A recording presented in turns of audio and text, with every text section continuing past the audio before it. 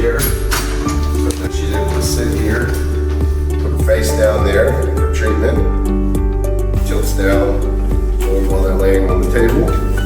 It has the drop function here as well. Just like that. The armrests are movable to virtually any position for comfort for the patient. They also swivel out and raise up for all kinds of different varying positions. We have the traction set up here, and then you just lock it back in place. And here is the drop functions for the thoracic, and for the lumbar, and for pelvic. Then we use these for lateral flexion to strap the patients in.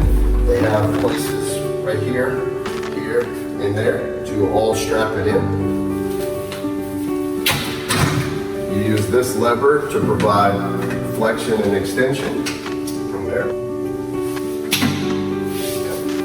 And then we also have the lumbar traction feature here,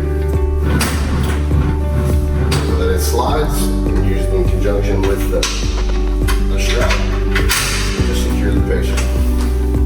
We have the tilt function here, and then this handle is removable as well.